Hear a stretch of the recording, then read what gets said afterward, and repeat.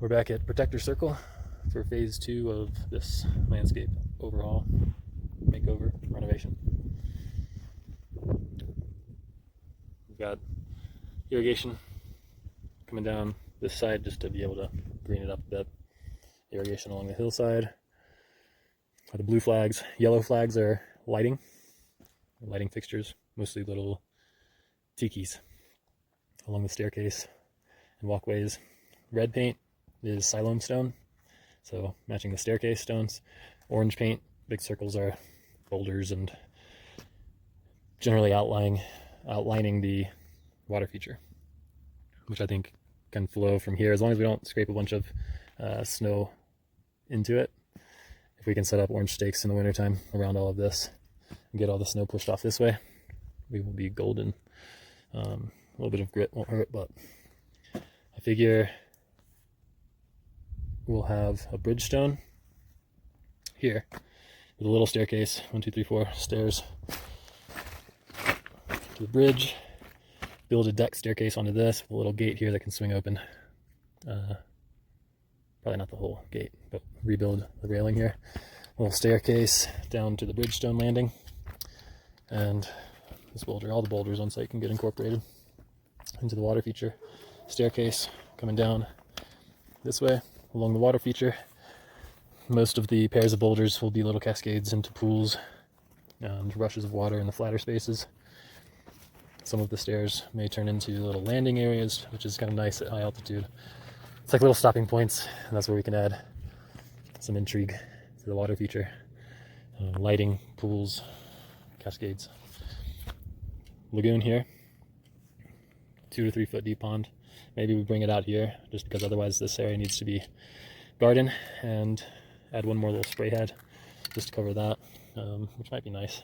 It'll just be spraying a lot of pond, which is also fine for refilling it regularly. Gardens back here, again, lighting all the way around. We can do different zones of lighting if you want. Might just be nice when it's all warmly glowing out here. And I ran out of yellow flags, so there's a pink one in the corner. Again, blue flags are irrigation, so getting all of this area to green up and being able to plant shrubs in here to give some privacy from next door neighbors. Same thing on that side. It'd be nice to do some red choke cherries and maybe a spruce just in line with that staircase and deck and windows. So pool, reflecting pool here, cool reflecting off the mountains and those spruce. You can always turn the cascade. Cascade starts up there under the bridge, falls all the way down to here, falls into the pool. Skimmer over here to control the water height as it cascades down into the water vault, which we'll paint back here. Dig out just a few extra blocks because so much of the water is in the pond. We only need the water in the water vault. That will be flowing while the cascade is flowing. So the pond pump, water pump, will just run in as straight of a course as possible underneath the outside of the pond and the staircase and all of that. Just regarding all the plumbing. Underneath the staircase stones to the spillway, right up at the front entryway. So we get sound all the way along here, which is going to be awesome. And we get the intrigue right at the front doorway, drawing people outside and down to the staircase and all that there is to enjoy around this house. So the deck view of water coursing through here under the bridge and starting to drop off as we get staircase stones. Cascade, rush, changing directions, cascade, pool above, pool below. I find it's nice to do staircases, little sets of staircases. So we'll have egress stone, 5 or 6 steps, landing, intrigue along the river. 1, 2, 3, 4, 5, 6. Maybe it flattens out a bit in here with the little outcropping stone. We also don't like to cut off the stones, making them perfectly square. We just use the natural length of the stones and mix it up, and it makes for a nice zigzaggy flow. One irrigation head back here.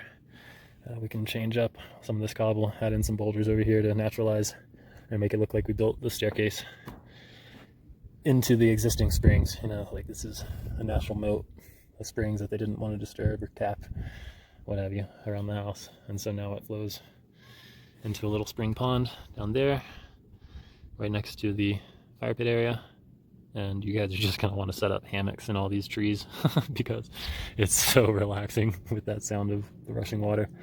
The pond pump comes with a remote, so it's got, you know, variable 10 settings for a full gushing flow down to a trickle, which makes for all kinds of different sounds, whatever you like.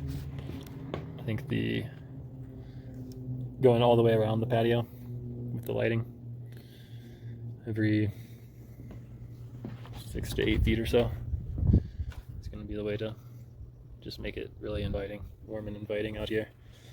And when we're done, we need to seal the stone and pour in the Sacrete polymeric sand so that we can keep weeds out of there. With all of this irrigated, again, all of this area back here will be green. We've got head here, head there, head back there, and over there, down here, covering this, and one up in the corner to help spray out here. So all of this can be gardens again, choke cherries, maybe some spruce. Cut out some of these baby pines, but again, like keep those two. That's a good hammock spot. Good hammock spot. It's gonna be very nice. Over here is where I would do. You've got these pines, but they'll get scraggly. There's a little volunteer spruce over there growing out of the rocks, but big spruce where this stump is, and some choke cherries, or even a couple of just big spruce out there would help seal this off from the neighbors. Give you a little privacy. Yeah, right into these windows too. From these windows, looking out, these pines do a great job from their windows. The spruce would be sweet up here. Back off, like right along the property line, just to give you some more space for wildflowers in here and gardens along the Cascade. It's a real smoky day, real smoky weekend.